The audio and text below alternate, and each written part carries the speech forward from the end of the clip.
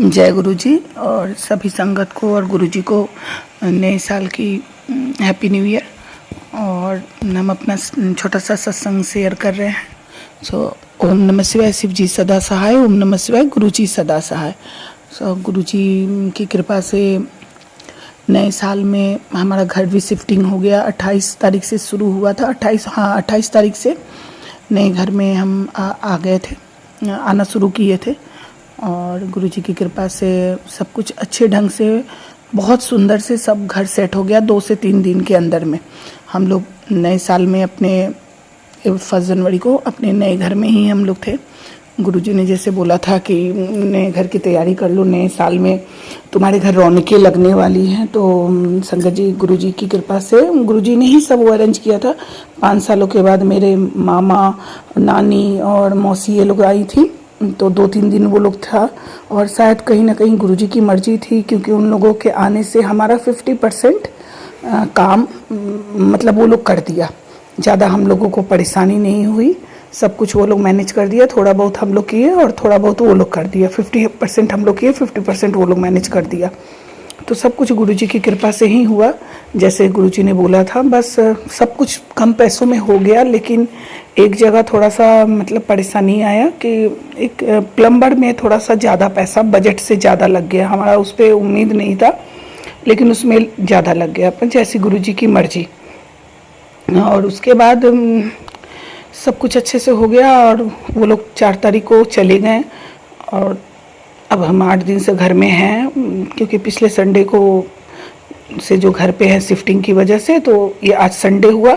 आज संध्या वाले अपना शुक्राना सत्संग शेयर कर रहे हैं। तो 8 दिन से घर पे है। अब कल से फिर ड्यूटी ज्वाइन करो, अपना दुकान जाओ, ये काम करो नए साल में।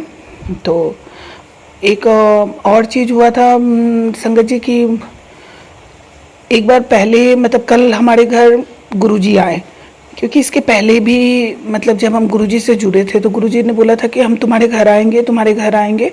तो एक दिन सुबह 6 बजे के समय कॉलिंग बेल बजता है और हम जब गेट खोलते हैं तो गेट पे कोई नहीं होता है। सुबह 6 बजे की बात है, तो हमारे लिए बड़ा आश्चर्य का बात है। लेकिन बाहर गेट पे इतना खुशबू, इतना मतलब स्मेल इतना अच्छा, जैसे गुलाब एकदम। क्योंकि हम सत्संग में सुने थे कि गुरुजी आते हैं तो गुलाब ये होता है, बिल्कुल वही। तो मेरे हस्बैंड भी थे साथ में, तो हम लोग प्रणाम किए थे, गुरुजी को बोले थे कि आप हमारे घर पधारिए। उसके बाद फिर कभी वो महसूस नहीं हुआ कि हाँ गुरुजी मतलब हमारे घर में हैं कि चले गए। वो ऐसा 2 दिन हुआ। एक दिन एक पहले दिन हुआ, फिर अगले दिन एक दिन बाद देखे, फिर दूसरे दिन, मतलब एक दिन अल्टरनेट करके फिर उसके बाद भी ऐसे ही कॉलिंग बेल बजा और उसी तरह हुआ। उसके बाद कल 4 तारीख है, कल 4 तारीख को शाम को मतलब मेरे बच्चों के कमरे में ऐसे ही गुलाब की फ्रेग्रेंस आ रही थी। तो हम लोग को लगा कि गुरुजी आए हुए हैं। एकदम मेरी बेटी को भी आ रहा था, पर मेरे बेटे को नहीं आ रहा था। मेरी बेटी को था। उस वक्त मेरे हस्बैंड भी घर पे नहीं थे कि उनको भी हम ये कहते। शाम को वो कहीं निकले थे और शाम के समय तो गुरुजी का, तो फिर गुरुजी का हम स्वागत किए कि गुरुजी आप हमारे घर पे ही रहिए हमेशा के लिए यहीं पे। तो बहुत अच्छा लगा कि गुरुजी मेरे साथ हैं, नए घर में आशीर्वाद दिए। क्योंकि हम जब यहाँ आए थे तो हम जिस घर में रहते थे पहले, वहाँ पे कबूतर तो बहुत आता था और बटरफ्लाई भी पीछे तरफ बहुत दिखती थी। इस घर में आने के बाद कोई कबूतर नहीं दिखा। 1-2 कबूतर दिखा, लेकिन ऐसा कुछ नहीं, वहाँ तो हर वक्त दिखता था। और बटरफ्लाई तो अभी तक तो नहीं दिखी। तो वो चीज़ लग रहा था, मन में कहीं हो रहा था कि यहाँ से हम गुरुजी को कैसे महसूस करेंगे कि गुरुजी मेरे पास आसपास है। लेकिन कल शाम को गुरुजी ये बताएं कि तुम्हारे आसपास हम हैं, जो कि बहुत अच्छा लगा। और गुरुजी का ऐसे ही अपनी कृपा बनाए रखे हम लोगों के ऊपर में, मेरे बच्चों के ऊपर में। सब कुछ जैसा वो बोल रहे हैं हम लोग वैसा ही कर रहे हैं। और बड़ा अच्छा लग रहा है कि मेरे साथ गुरुजी हैं, जो कि कभी हम लोगों के साथ कुछ गलत होने नहीं देंगे। मन में तो टेंशन होता है, बहुत बेचैनी होता है, लेकिन कहीं ना कहीं से सब कुछ मतलब मैनेज हो जा रहा है। और करने वाले तो गुरुजी हैं, कहीं ना कहीं से किसी भी तरह से सब कुछ हो रहा है।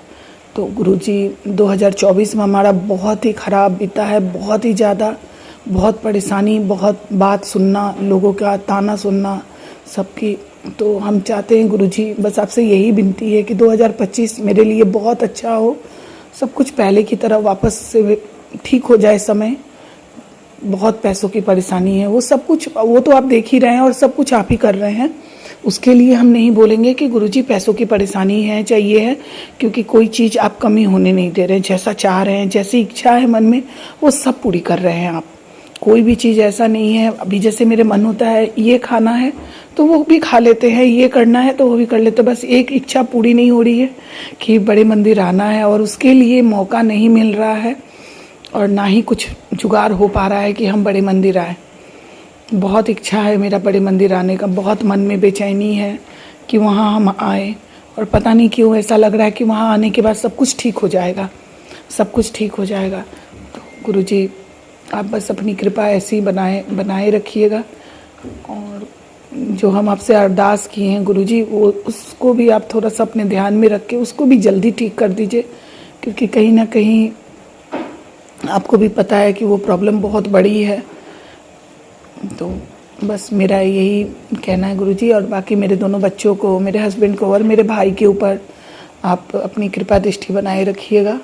और कुछ सत्संग शेयर करने में अगर कहीं हमसे कुछ गलती हो गई हो तो संगत जी, गुरुजी माफ़ कीजिएगा, और हम अपने सत्संग को यहीं विराम देते हैं, क्योंकि मतलब गुरुजी को हम तो कहना था, मेरे मन में था 2-3 दिन से, अपनी बेटी को बोल रहे थे कि सत्संग शेयर करना है, सत्संग शेयर करना है।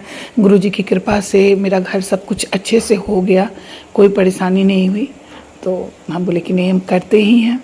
तो आज अपना सत्संग शेयर कर रहे हैं और मंत्र जाप के साथ इसको विराम करते हैं। ओम नमः शिवाय, शिव जी सदा सहाय। ओम नमः शिवाय, गुरु जी सदा सहाय। और जो आंटी मेरा सत्संग शेयर कर रही हैं उनको भी नए साल का बहुत बहुत बधाई हो, और आपके भी जीवन में बहुत सारी खुशियाँ आएँ। उसके साथ जय गुरु जी, जय गुरु जी।